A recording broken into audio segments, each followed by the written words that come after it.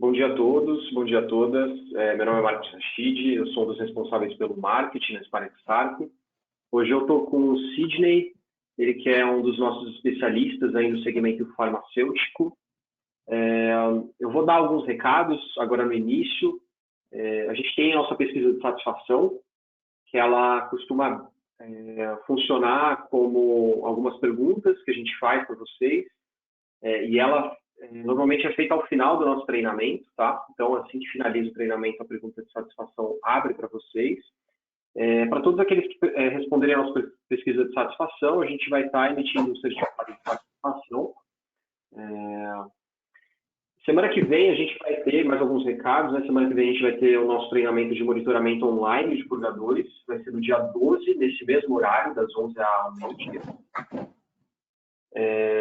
Pessoal, fiquem com o Sidney, eu já vou estar saindo aqui, eu vou estar participando com vocês como moderador, então a partir do momento que vocês tiverem dúvida, fiquem à vontade para estar fazendo as dúvidas comigo, tá? Eu vou estar abrindo meu microfone e fazendo as perguntas para o Sidney.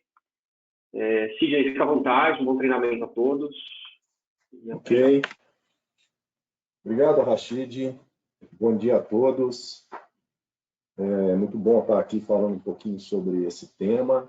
Eu acredito que a questão do risco de contaminação através do vapor, né, ou do uso do vapor de forma ineficiente na indústria farmacêutica é um tema que está bem latente, né, inclusive e devido principalmente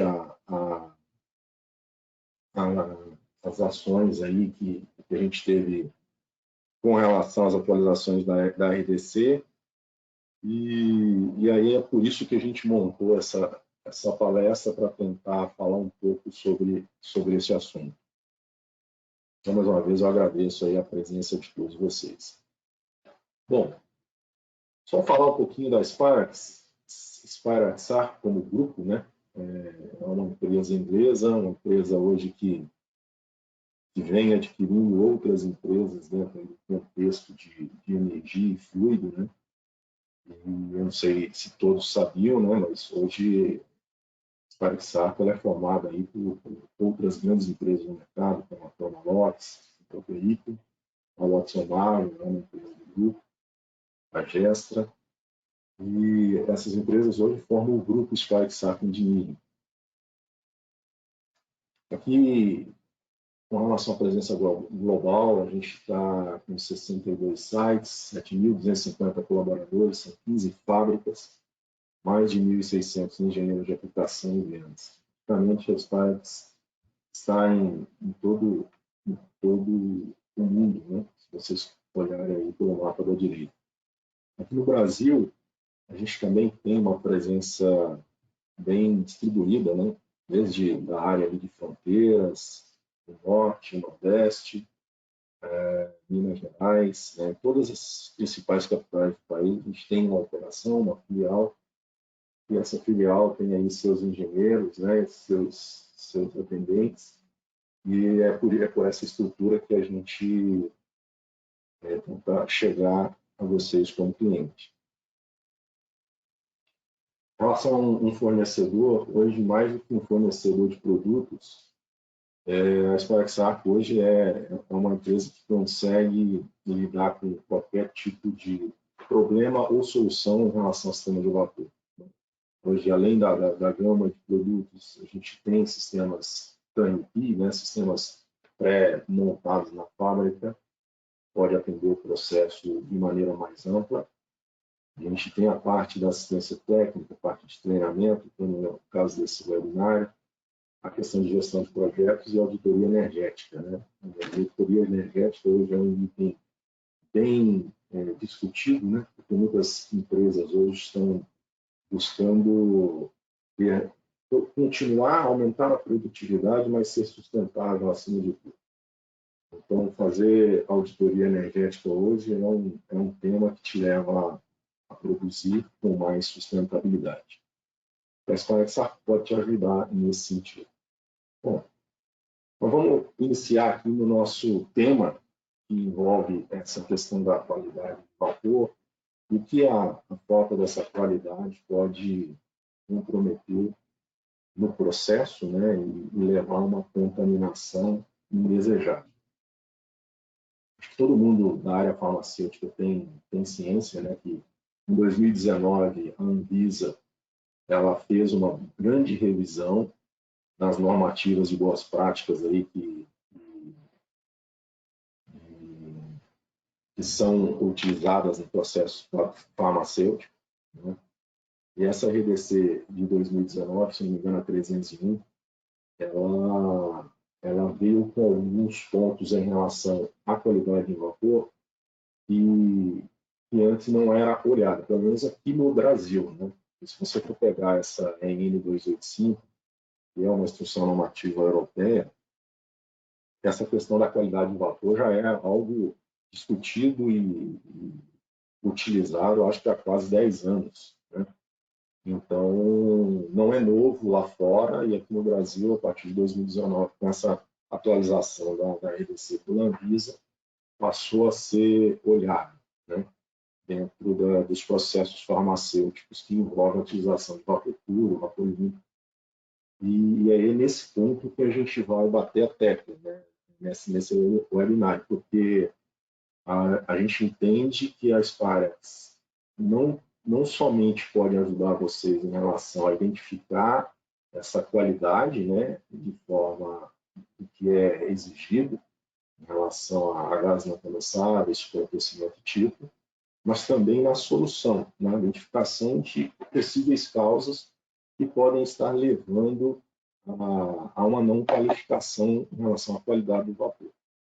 E é isso que nós vamos discutir aqui hoje. Se tiverem alguma dúvida, pessoal, pode usar o chat aí, e o Rashid, dentro do possível, vai me interromper e a gente tenta explicar, tá? O ideal aqui, a gente tem um pouco tempo para discutir esse assunto, mas a ideia é não sairmos com dúvidas aqui desse assunto abordado. Bom, teste de qualidade do vapor. O que é a qualidade do vapor? Por que a qualidade do vapor é importante nesse processo e como é medida a qualidade do vapor? A qualidade do vapor hoje ela pode ser dividida, né, em composição física, né, qualidade por composição e qualidade física. A qualidade de composição ela já é uma qualidade medida, né, por vocês, que é aquela medição que você faz na amostra, né? Você usa geralmente um resfriador de amostras e você faz essa coleta do próprio vapor, resfria, condensa essa amostra, leva para o laboratório e nessa análise de laboratório você vai fazer essa análise de composição, né? pH, cloreto, produtividade, pureza, amônia, cálcio, sulfatos, nitratos e outros. Então, essa que a gente chama de qualidade de composição. E essa já é uma atividade que vocês já fazem no dia a dia, né? Isso era que até então era exigido, né? Fazer simplesmente uma análise na água da geração desse vapor. E aí, com essa revisão da RDC, a gente passa a fazer uma qualidade física, né? Uma qualidade onde nós vamos ter que medir a presença de gases não condensáveis, né, e não pode ultrapassar 3,5% no volume de condensado. Nós vamos medir o título, né, vamos identificar o título do vapor, que na verdade é a presença de água que você tem nesse vapor. Esse título ele não pode ser menor que 95%, ou seja, numa amostra de vapor eu não posso ter mais que 5% de condensado nessa mistura água-vapor, ou vapor-água, e a gente vai medir também o grau de superaquecimento desse vapor, né, que não pode exceder 25 graus, né, quando expandido para a pressão atmosférica. Então, essas três análises, essas três medições, elas vão definir essa qualidade física do vapor. E essa é o parâmetro hoje que está nessa revisão da RDC. Né, normalmente não se fazia isso aqui no Brasil, e, como eu disse, lá fora já vinham fazendo isso há bastante tempo. Por que é importante, né? Por que a qualidade do vapor é importante? Se a gente olhar esses três pontos de análise da qualidade do vapor, gases não condensáveis, título e superaquecimento, você começa a entender que gases não condensáveis são gases presos no vapor, né? Eles podem inibir essa transferência de calor. Uma leitura alta desses gases não condensáveis fará com que a carga seja esterilizada de forma incorreta. Se você pegar essa figura do lado, você vê que a parte da esquerda, eu não sei se vocês conseguem ver o meu mouse quando eu coloco a ponta aqui. Mas quando você vê o vapor tem uma determinada temperatura, né? Você tem a carga lá dentro do equipamento, onde você quer fazer efetivamente essa esterilização. Se você tem uma presença de gases não condensáveis, está aqui o NCG, né? Gases no condensate gas aqui. Você vê que só a presença desse gás ela é suficiente para derrubar a temperatura do vapor. Então, se você trabalha com uma temperatura pré-determinada desse vapor, precisa chegar a uma temperatura mais alta, ou igual a que você está alimentando, você tem presença de gás nesse meio, você acaba derrubando a temperatura e não chegando na temperatura que você precisa chegar para fazer a esterilização. Então, por isso que a norma ela vem definir uma presença mínima desses gases, porque essa presença de gás vai interferir muito na questão da temperatura. E esse é o grande ponto, né? O título, a mesma coisa, né? Quando você tem água, né? A água pode atuar com dois efeitos. Ela pode inibir a transferência de calor e pode causar cargas úmidas, né? Distribuição desigual de temperatura. E isso também pode interferir lá no seu processo de esterilização, porque você vai ter uma presença de água que pode significar uma resistência. Tanto é que na figura aqui você vê que a presença do condensado também reduz essa temperatura, né? E aí, quando de fato eu chego com o vapor com uma temperatura menor, no ponto onde eu precisaria ter uma temperatura maior, eu começo a ter ineficiência. E a questão do superaquecimento, ela tem a ver com a transferência de calor, né? Porque a melhor transferência de calor ocorre quando o vapor condensa. E quando você tem vapor superaquecido, você vai ter uma perda de tempo até esse vapor chegar na temperatura de saturação e conseguir transferir o calor que você precisa transferir para a carga, né? Então, é por isso que a gente não pode ter vapor superaquecido, porque ele diminui essa eficiência de troca térmica, né? E por isso esses três parâmetros são os parâmetros que são utilizados para que você possa medir essa qualidade do vapor em relação à condição física, né? E ter uma maior eficiência de transferência de calor. Legal. Aqui, ó, a gente pode ver alguns efeitos, né, dessa esterilização deficiente. Então, quando você tem essa presença de gás, presença de umidade, e um vapor com uma baixa eficiência de troca térmica, um superaquecimento, você começa a ter um resultado ruim nos instrumentos cirúrgicos ou instrumentos de utilização onde você esteriliza, com uma presença muito grande de água, né, ou um efeito ruim em relação à temperatura. E isso você consegue identificar nas cargas, né? Ou seja, nas cargas que você colocou na autoclave para esterilização ou outro tipo de equipamento. Então, isso é importante. Ok. Como é medida, né, essa qualidade do vapor? Nós entendemos, né, que os clientes hoje têm uma empresa contratada, né, que deve frequentar o site em intervalos periódicos para fazer essa validação. Geralmente, de 1 a 4 vezes por ano. Me deixa saber no chat aí, por favor, na empresa de vocês, qual o padrão, ou seja, que vocês têm em relação a fazer essa validação. Uma vez por ano, 2 vezes por ano. Escreve no chat só para a gente poder ter uma noção de como as empresas aqui no Brasil estão praticando essa questão do tempo de frequência entre essas avaliações.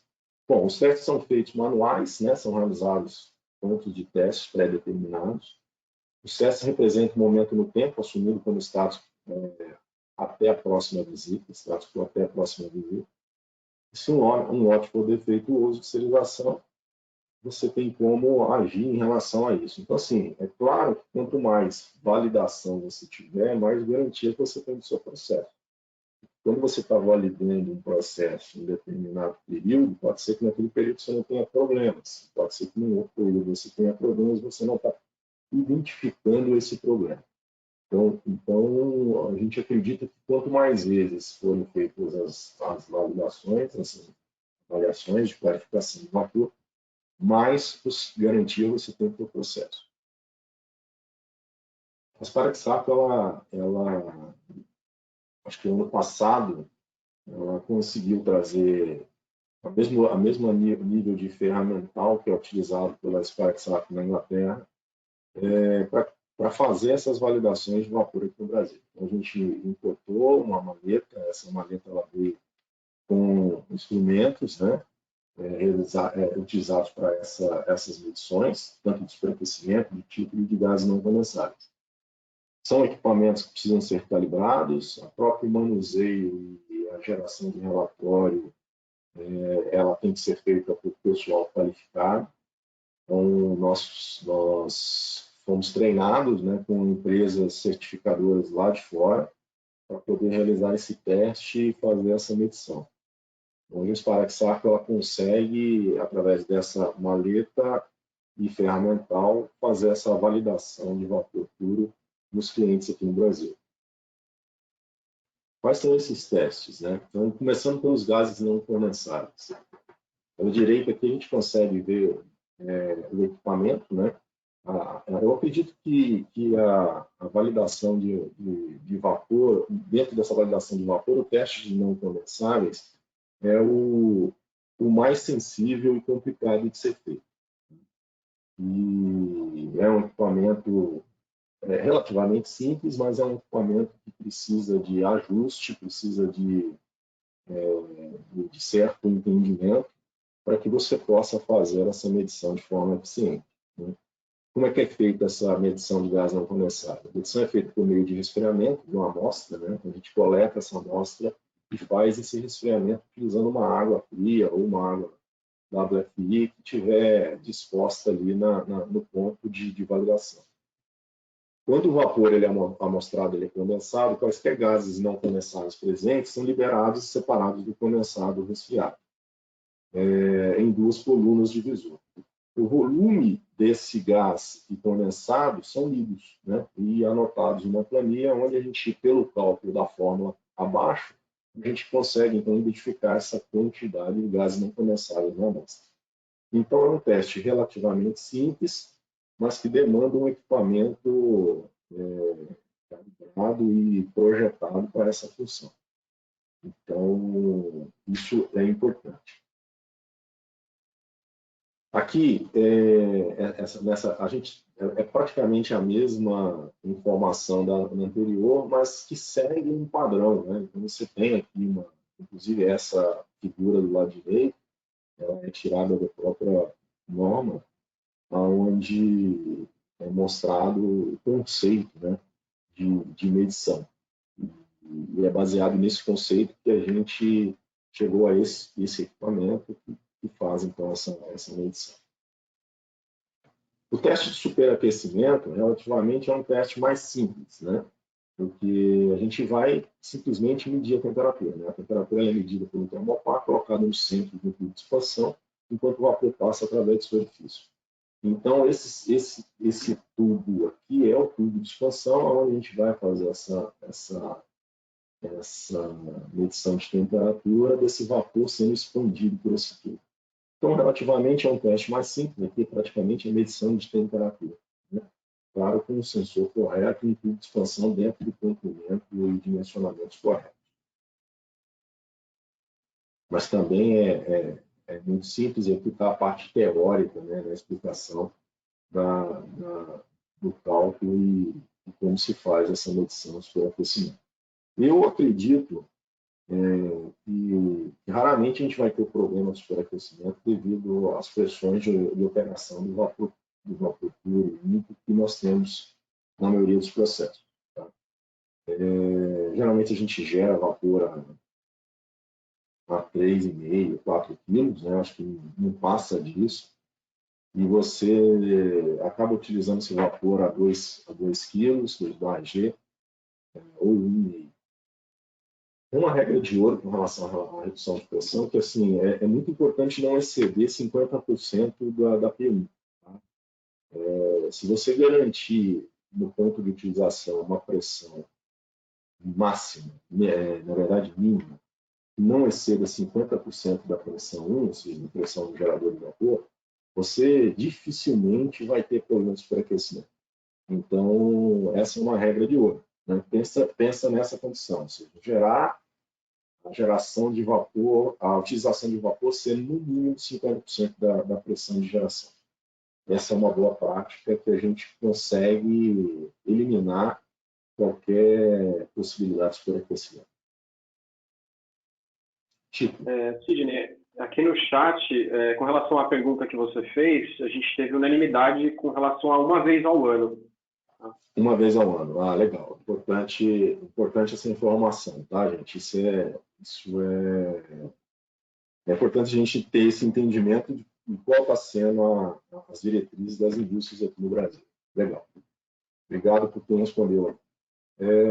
Então, vamos voltar aqui à questão do teste do título. Né? O título é um dos testes também não é muito complicado, ele é baseado em balanço de massa, né? A gente vai fazer um balanço de energia usando frasco. Esse frasco parece uma garrafa de café, né? Mas ela é uma garrafa inox, mas é uma garrafa totalmente isolada. Tá?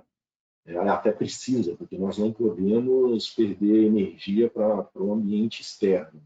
Então, tem que ser um frasco, não é simplesmente ali uma garrafa de inox, é uma garrafa térmica, onde a gente não pode, de maneira alguma, gerar condensação ou ceder calor para a atmosfera. Então, esse frasco é preparado com uma massa conhecida de água, a temperatura conhecida, o vapor é condensado nesse frasco e aumenta, assim, a temperatura da água. A massa final e a temperatura da água são medidas e colocadas em cálculo. Então, como eu falei, a gente acaba fazendo um balanço de massa e energia, né, em relação à massa e temperatura, onde com essas medições antes e depois do teste, a gente consegue, então, mensurar o título do vapor. É muito importante essa questão do título, porque dependendo da condição, do instrumento utilizado, você pode ter erros nessa medição. É muito sensível. Tá? Então, é importante você estar ciente de quem está fazendo essa validação, esteja ou tenha o entendimento necessário com relação aos pontos de medição, aos pontos de interligação do sensor, a forma como é montada a conexão dos sensores, porque isso tudo influencia. É muito sensível essa medição. Então, como nos outros, aqui também a gente tem uma parte teórica que é tirada da norma, onde explica com muito detalhe essa questão da medição do título.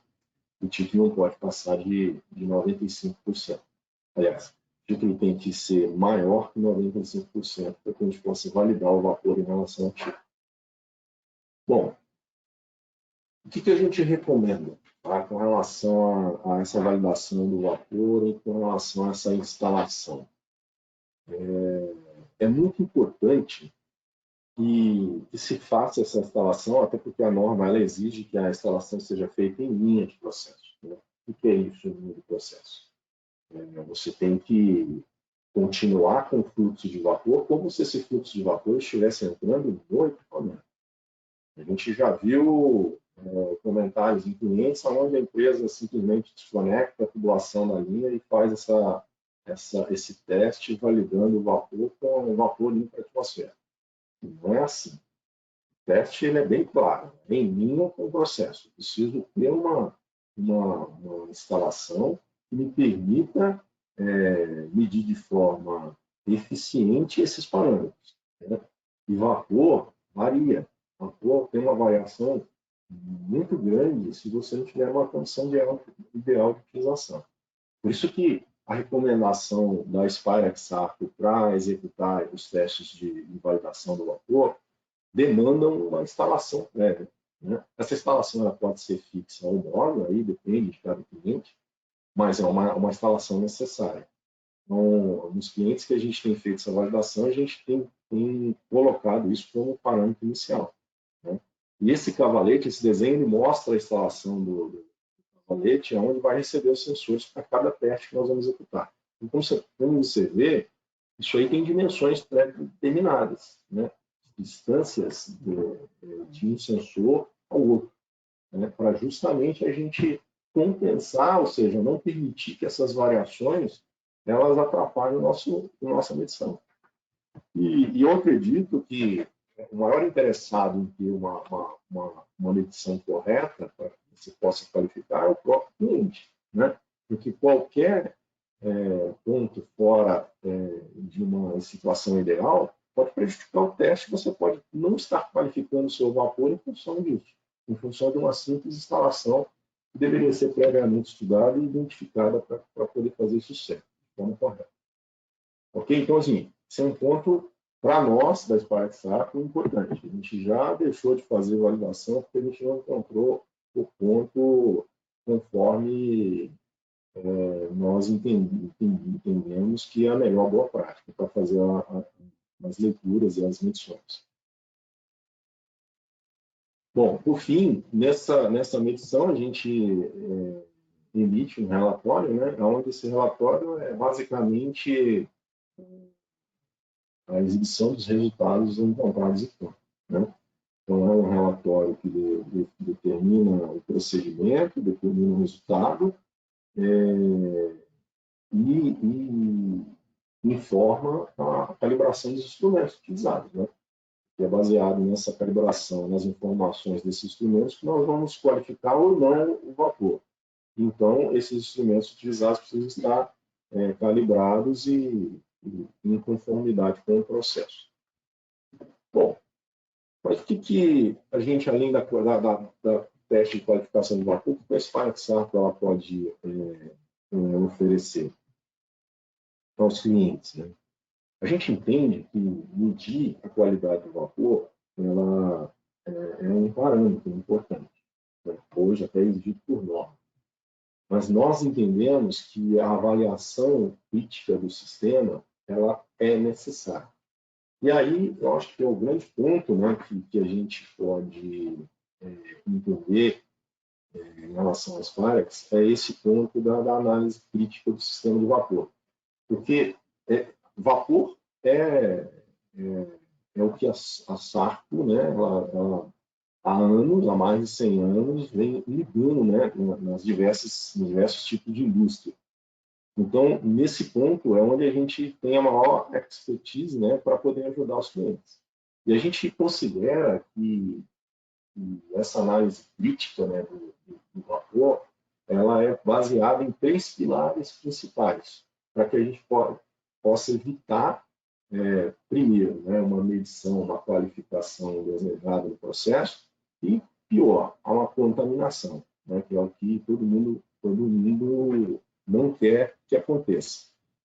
E esses 3 pilares a gente a gente entende que é referente a detalhes de instalação e dimensionamento, né? Eliminação de ar e drenagem condensada. A gente tem entrado em algumas instalações e a gente tem visto, é interessante porque a instalação de vapor puro e vapor limpo nas indústrias farmacêuticas, elas demandam maior custo de instalação, né? Não só de mão de obra, que é uma mão de obra especializada mais cara, mas materiais, né? É tudo muito mais caro que um vapor black ou um vapor industrial.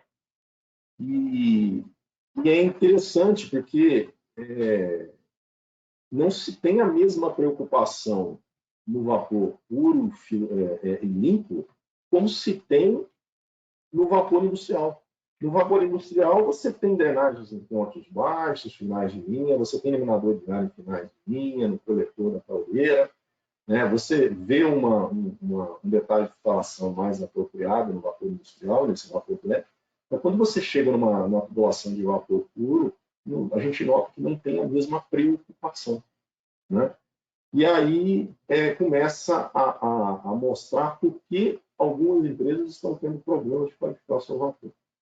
Então, é um problema básico, né? Um problema ocorrido no projeto, acredito eu, de dimensionamento e instalação desse sistema, né? E é nesse ponto que a gente vai bater na tecla agora, porque isso leva a esses problemas de contaminação que a gente pode identificar. Deixa eu ver como é que eu estou de tempo aqui. 11h30. Okay. Bom, com relação ao dimensionamento de linha, tá? Como no vapor industrial ou no vapor black, a velocidade recomendada é 30 metros por segundo. Então não muda, né? Normalmente a gente vai ali de 25 a 35 metros por segundo como velocidade. Mas para a velocidade, quando a gente fala tubos farmacêuticos aqui, a gente está falando dessa tubulação de vapor puro, né? Basicamente está na indústria farmacêutica, né? Mais utiliza esse tipo de tubulação. Agora, um outro ponto que aí precisa pensar é que a área seccional de uma tubulação farmacêutica, ou seja, uma tubulação para vapor puro, ela é 40% menor do que uma tubulação padrão. E então, qual a conclusão? Você não dimensiona uma tubulação de vapor puro da mesma maneira que você dimensiona uma tubulação de vapor industrial. Se a área seccional é 40% menor, então é lógico que nós temos que fazer essa consideração no cálculo da tubulação, né? Então, esse é o primeiro ponto a ser observado, que é a questão do dimensionamento da tubulação. Lembrando que uma tubulação dimensionada de forma errada, vamos dizer subdimensionada, a gente leva a uma velocidade maior. Com uma velocidade de fluxo maior, você arrasta esse condensado nessa tubulação e acaba que esse condensado não é retirado nos pontos definidos para a sua drenagem. Então, assim, subdimensionamento é ruim e superdimensionamento também. Por quê? Porque o superdimensionamento te leva a uma velocidade menor e uma condensação maior desse vapor dentro da tubulação, então gera mais condensado, né? Então, as duas situações são ruins para uma qualidade de vapor, uma qualidade que é necessária no meu processo de esterilização, como a gente viu lá na presença de condensado. Então, dimensionar a tubulação de forma correta, entendendo essas nuances, né? E a primeira delas é a diferença, né? E tem que estar claro que quem dimensiona uma tubulação de vapor puro precisa entender que essa área ela é 40% menor e precisa fazer essa avaliação. Isso é muito importante. Aqui tem só uma tabela de diâmetros, né, para ter uma referência de relação de diâmetros quando é padrão e quando é plano. E aqui a gente tem um isométrico típico do vapor puro, né, numa indústria farmacêutica. Você tem o seu gerador de vapor, você tem o caminhamento dessa tubulação, drenagem, o seu ponto de utilização. Então, basicamente, isso é um isométrico bem comum na indústria farmacêutica, né? Vamos falar um pouquinho dos pontos desse isométrico. Se eu pegar a relação da questão da drenagem da tubulação, e a gente nessa apresentação se baseou muito no que está definido no ASME, né? No ASME DPE. O ASME ele traz aí boas práticas com relação ao uso eficiente do vapor, né? Na indústria farmacêutica. Então, a gente buscou esse entendimento baseado numa norma, ou seja, numa norma, né? Mas uma relação de boas práticas que vocês estão acostumados aí a consultar para o processo de vocês. Se você pegar o ASME, nessa seção aí 4221, com relação à drenagem de tubulação, a gente fala claramente, né? Onde você vai ter drenagem na tubulação de vapor puro? Onde a linha transita da horizontal para a vertical, ou seja, mudança de nível, ponto baixo, que é o que a gente chama. Então, qualquer ponto baixo, mudança de nível nessa tubulação, nós vamos ter que fazer uma drenagem. Pelo menos a cada 100 pés, né, que é equivalente a 30 metros. você pegar a linha B aí, a mesma coisa do vapor industrial. Você tem um caminhamento de 30 metros de tubulação, 100 metros de tubulação de vapor puro, eu tenho que ter no mínimo 2 drenagens no meio dessa tubulação. No final de cada tubulação, um ramal, ou seja, final de rede. Então, vocês estão vendo que a gente segue o mesmo padrão na tubulação de vapor black, o mesmo padrão. E a gente não vê a mesma prática na tubulação de vapor puro nas indústrias. Em curvas de expansão, né, liras ou transições, como também no vapor industrial, e onde o vapor é amostrado. Aqui é o grande ponto. Né? Vocês, mesmo antes dessa validação do vapor puro, com relação a tipo, gás não condensado, superaquecimento, vocês já faziam amostragens de vapor. E eu tenho certeza que antes de um amostrador, antes de uma tomada para um condensador, não se preocupava em fazer essa drenagem. E isso está nas boas práticas do AREN. Ou seja, é uma recomendação você drenar antes de você tirar uma amostra. Ah, mas eu quero água, Cid. Para que eu tenho que melhorar? É justamente, eu quero medir a qualidade do vapor, não quero medir a qualidade da água que condensou e está sendo arrastada nessa tubulação. Então, esse é um ponto crucial. Né?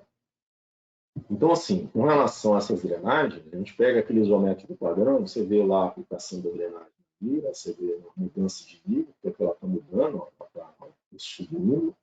Você vê no final de linha, Né? E você vê que esse final de linha, onde eu tenho um ponto de amostragem, eu estou drenando e tirando aqui para a amostra, estou drenando e tirando para a amostra. Então, assim, é fundamental, os conceitos são simples, né? São conceitos básicos. Se a gente entender de forma bem simplificada, com certeza a gente evita problemas de contaminação. A inclinação da tubulação, também escrito no ASME, no item 243, né, você precisa prever uma inclinação de 0,5%, 1% ou 2%. A inclinação deve ser na direção de fluxo do vapor para promover a remoção de condensado. O uso correto de acessórios e reduções excêntricas, conforme ASME definido no ASME EPE também. Essa questão da redução excêntrica é importante você ter esse entendimento. Não sei se todo mundo tem na mente a diferença em redução concêntrica e excêntrica. A concêntrica é quando a tubulação é reduzida, é como se fosse um cone, né? Isso é a concêntrica. E aí isso é uma forma incorreta de você fazer, porque a tendência de você acumular água nessa parte mais baixa da redução faz com que você acumule condensado, que é o que a gente não quer.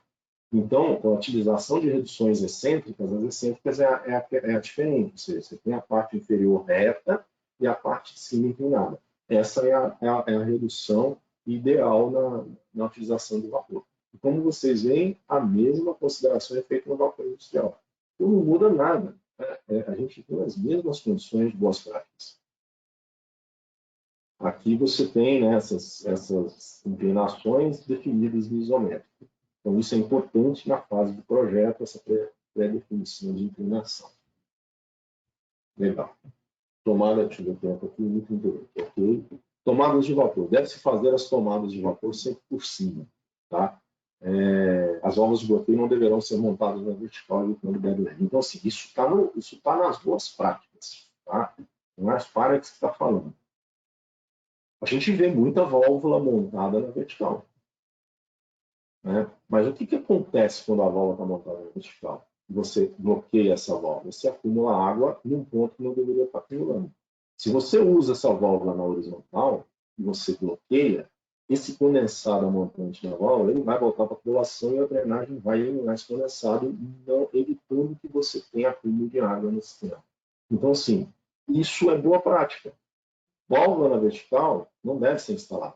Válvula de bloqueio, uma diafragma para bloqueio. Então, é sempre na horizontal. Isso é uma boa prática que a gente deve estar atento. Então, como você vê no isométrico aqui, você vê essa tomada por cima. É assim que tem que ser a válvula na horizontal. Legal. E também você tem um outro exemplo de instalação, você tem a placa de drenagem, você tem a válvula por cima. Bota coletora. Aqui é um ponto que difere do vapor industrial. Tá?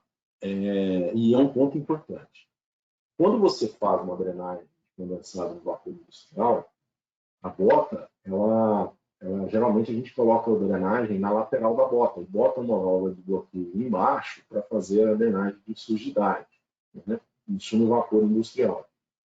Quando você faz essa bota coletora no vapor puro, a gente não vai fazer na lateral. Por quê? Porque nós não queremos ter nunca água acumulada ou parada numa instalação.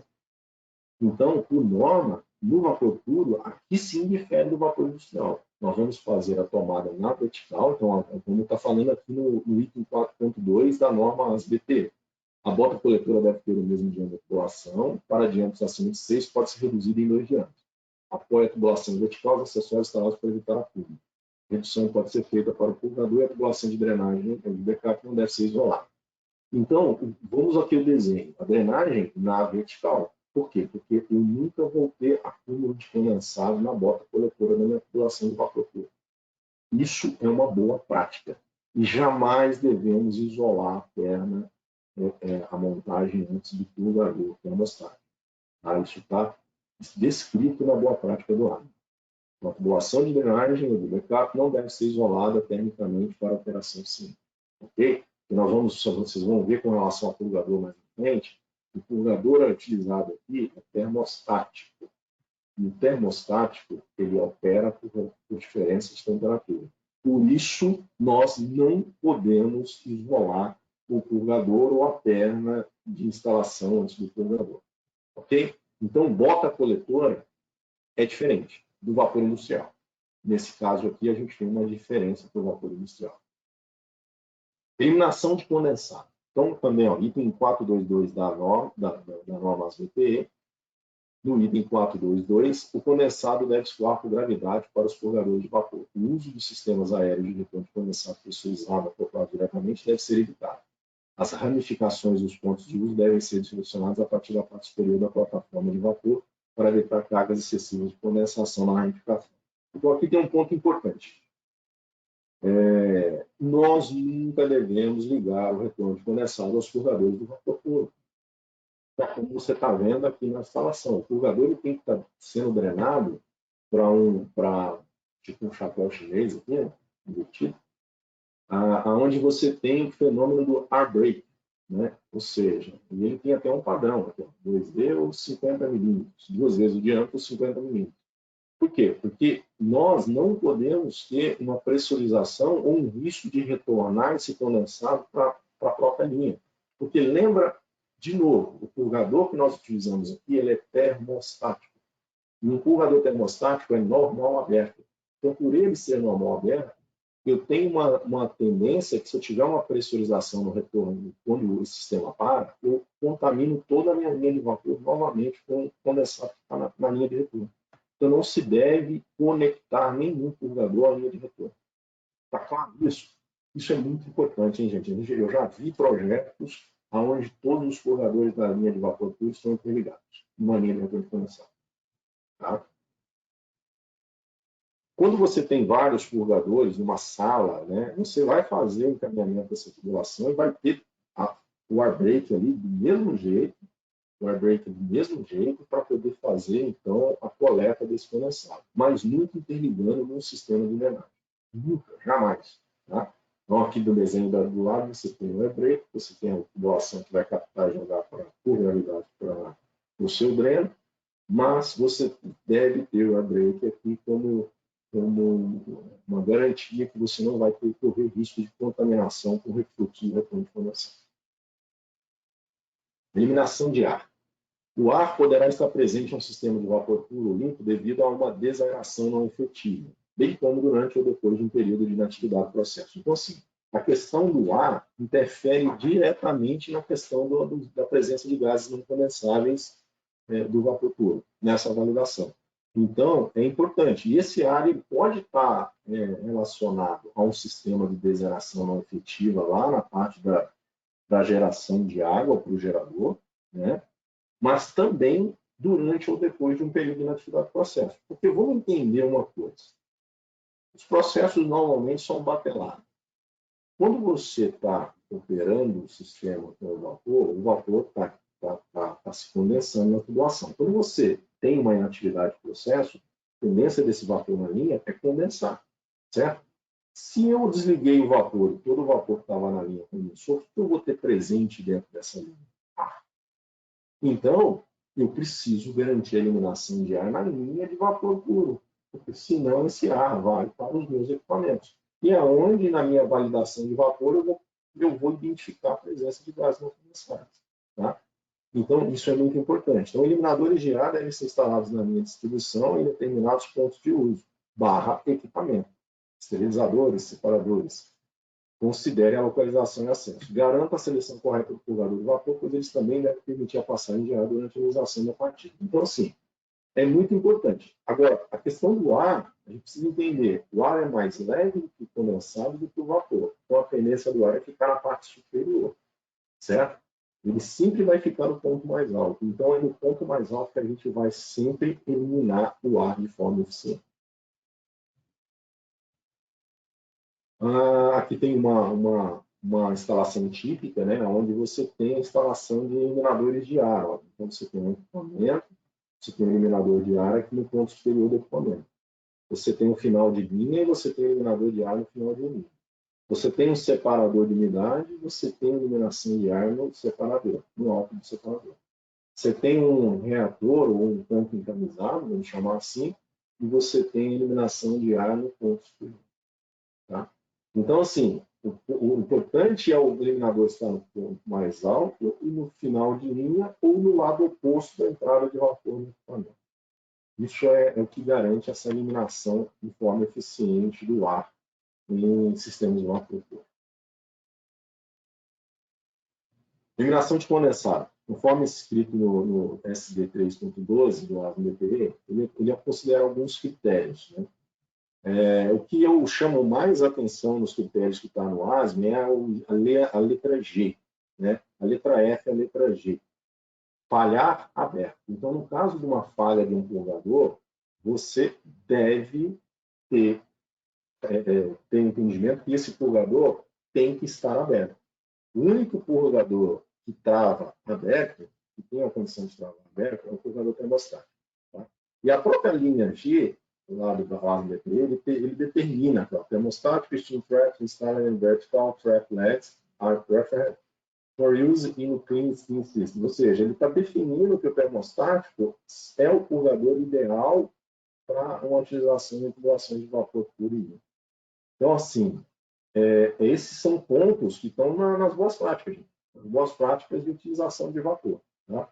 Então, isso é importante a gente ter em mente essas considerações com relação ao uso de purgadores. A Sparix ela tem alguns modelos de purgadores, né, e a gente fez uma tabela aqui para definir quando o vapor é filtrado, o vapor é livre de químicos. Esse vapor livre de químicos é como se fosse um vapor limpo, tá? Que a gente usou muito aqui.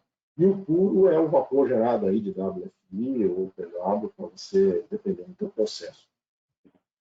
Mas a gente tem purgadores para atender qualquer tipo de purgador, qualquer tipo de vapor. Tá? Um vapor industrial filtrado, você vai poder aplicar o MSC 21, BPDC 2L, BPM 7. Quando você entra aqui no vapor puro, ó, o BPM 7, BPS e BT6 são os únicos purgadores da Sparix recomendados para essa utilização. Tá? Então, assim, é importante definir o purgador ou especificar o purgador de acordo com o vapor que você está utilizando no seu processo. Tá?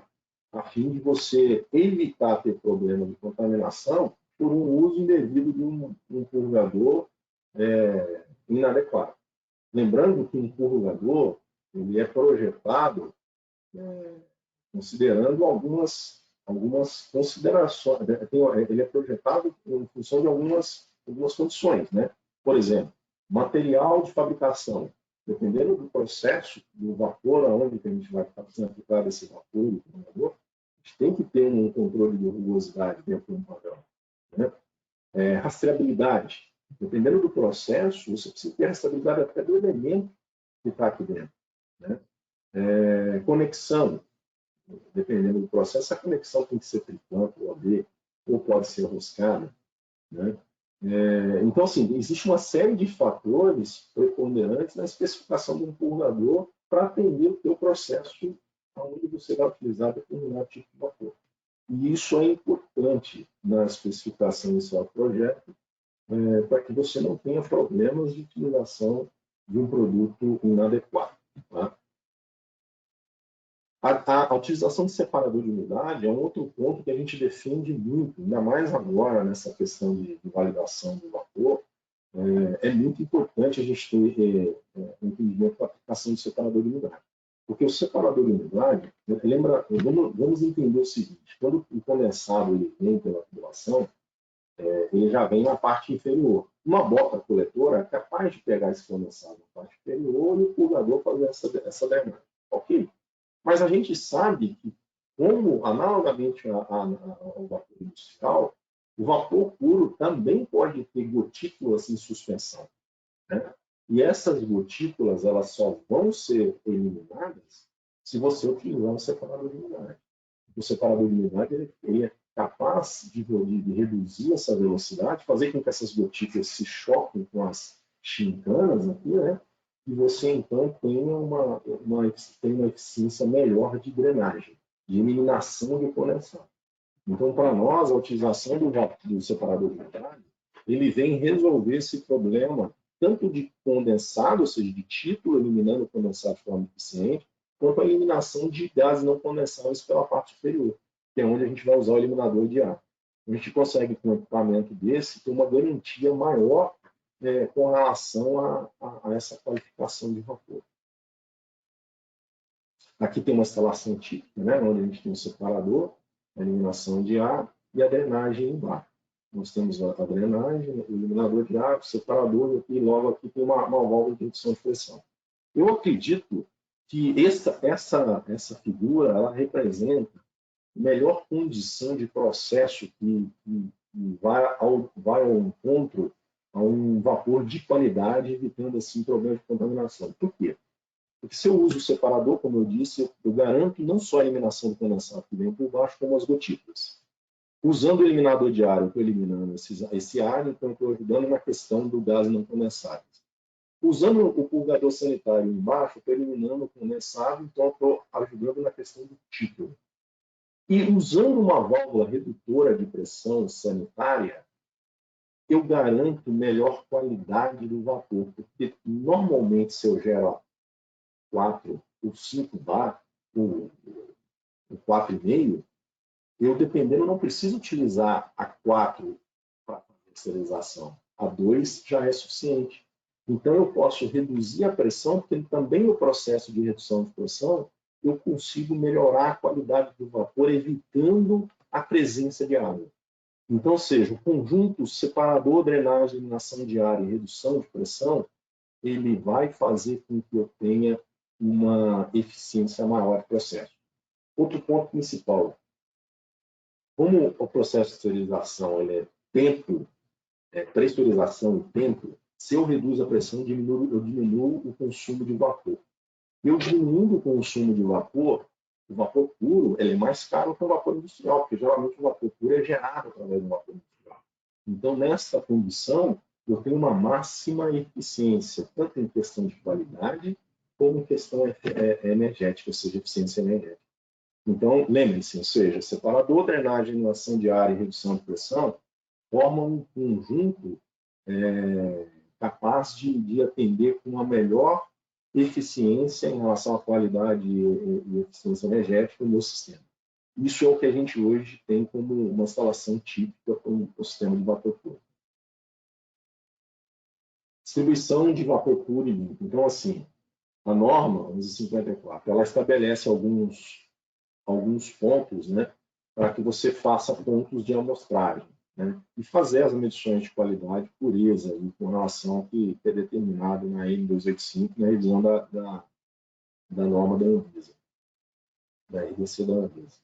E é em função desses parâmetros aqui que a gente chega a um conceito mais ou menos como esse, né? Ou seja, o teste de qualidade de pureza eu vou fazer sempre no gerador, eu vou fazer na autoclave, eu vou fazer num reator, num liofilizador, ou seja, onde eu uso esse vapor puro. O teste de pureza, que seria aquela amostragem só com condensação, eu vou fazer no CIP, né, no sistema para ciclo de linha, ciclo de equipamento, trocador de calor. Então, assim, nos pontos finais, né, de rede, Geralmente são esses os pontos que a gente define como ponto de amostragem. Aqui é muito interessante, né? Porque está vendo, ó, a amostragem com o cooler aqui, com o resfriador, está vendo? A tomada é por cima e não por baixo. Eu tenho certeza que muitos já viram tomadas de vapor para amostragem por baixo na tubulação. Então, são pontos como esse, gente, que a gente precisa se preocupar. São as boas práticas de instalação que vão definir a nossa qualidade de vapor, né, de utilização de vapor e mitigar esse risco de contaminação.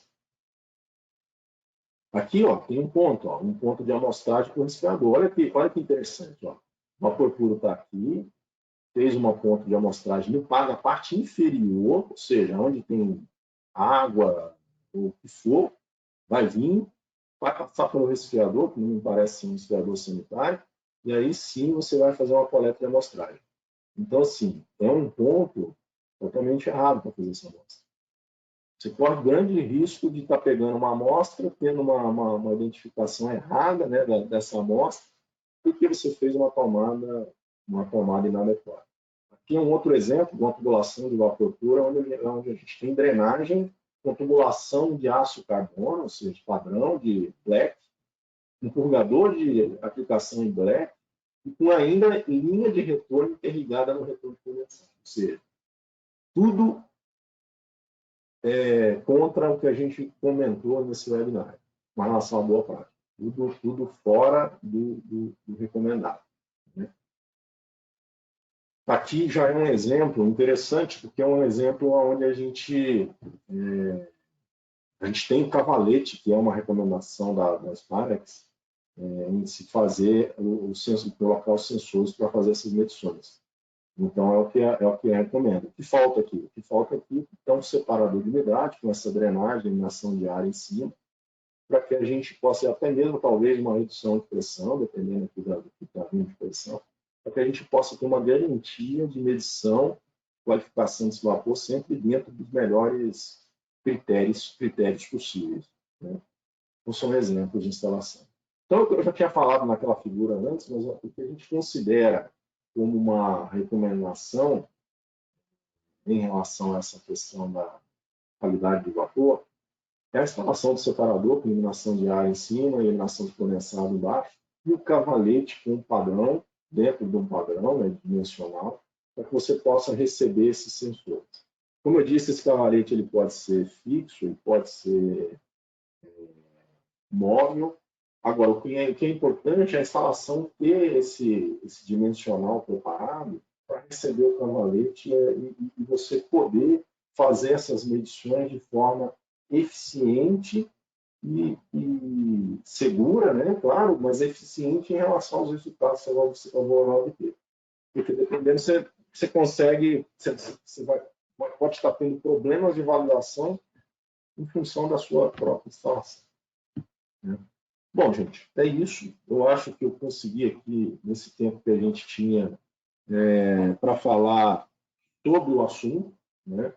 É um assunto latente hoje na indústria farmacêutica, um assunto que todos estão muito preocupados. Na feira agora da FCE, a gente estava com o stand lá, a gente levou a bancada para a exposição, a gente recebeu muitas visitas de clientes querendo saber do assunto, para falar sobre esse tipo de assunto. E, como eu disse, a Sparex Arco, ela não somente pode ajudá-los nessa questão da validação, da qualificação do vapor, mas ela pode fazer algo que eu acho mais importante, avaliação com critério técnico da sua instalação de vapor puro. Acho que essa validação da instalação em relação às boas práticas, principalmente as boas práticas que estão definidas no ASBPE, ela é fundamental para que a gente tenha, uma qualidade de vapor dentro de um padrão aceitável e, por consequência, quando você tem um padrão de vapor dentro do ideal, seu risco de contaminação ele é mitigado, né? Ele é eliminado. Eu acho que é isso que todos vocês estão buscando, né? Ou seja, garantir o processo de vocês sem risco de contaminação. Quero agradecer muito a presença de todos. Estou vendo aqui 70 participantes no nosso webinário. Eu acredito que o feedback de vocês em relação às perguntas é fundamental, até para a gente entender que esse tipo de webinário, com esse tipo de conteúdo, está trazendo benefícios, né, a nível de conhecimento para os nossos clientes. Então, quero agradecer demais a presença de todos e contem com a gente no que vocês precisarem. Ok? Chile, pode finalizar. Obrigado. Bacana, agradeço muito as explicações, foi muito elucidativo seu treinamento hoje. Eu queria só fazer uma pergunta, né? O João trouxe para a gente aqui, do início para a metade do treinamento, você falou um pouco sobre o serviço da Spark Sarco, né? E o João pergunta o seguinte, como é que é o formato desse serviço? A Spark Sarco, ela fornece um kit de medição e treinamento para a utilização, ou existe um outro formato desse serviço? Se você puder explicar para a gente. Tá, não, a Spark Sarco ela não fornece o equipamento, nem faz o treinamento para o cliente executar o serviço, tá? É porque a gente entende hoje que esse equipamento, ele é um equipamento importado, e a qualificação dos nossos técnicos é feita em curso fora do país. Então, é meio complicado. A gente também não teria nem, vamos dizer assim, condição de requalificar pessoas aqui no Brasil. Então, não é o nosso objetivo nesse momento, tá? Talvez isso possa mudar para o futuro, dependendo da demanda, mas a ideia nossa hoje é prestar o serviço. A gente tem entregue propostas para o mercado para a realização de um serviço, como uma empresa que faz qualificação de água, que vocês já contratam, né, na WFI, já fazem qualificação de temperatura em autoclaves e equipamentos, mas para que seria um fornecedor a mais nesse conjunto de empresas para fazer essa validação para vocês, tá? Então, se tiver interesse em receber uma proposta da Sparks, deixa os seus dados, que a gente entra em contato e a gente pode apresentar uma proposta nesse sentido. Então, é uma prestação de serviço, de validação do vapor puro por ponto, né? É assim que a gente tem trabalhado, ok? E agora, volto a dizer, o grande ponto da Sparks nessa questão da validação do vapor puro não é nem a questão da prestação de serviço. Até que o valor que a gente cobra é praticamente para cobrir custos aí de equipamento, né? Que equipamento deprecia, e deslocamento, alimentação com técnico, tempo de relatório. Nosso interesse não é esse, tá? Nosso interesse maior é estar presente com vocês e ajudar vocês a melhorar a instalação de vocês em relação ao vapor puro. Porque nós acreditamos que a gente tem muita oportunidade em relação a esse ponto, que é a questão de instalação. Mas com relação à prestação de serviço, a gente pode enviar uma proposta ou conversar mais sobre isso e a gente consegue fazer essa proposta de prestação de serviço. Legal, obrigado, Sidney. Se alguém tiver mais alguma dúvida na nossa pesquisa de satisfação, a gente tem um espaço para vocês tirarem essas dúvidas e a gente manda por e-mail para vocês as respostas, tá?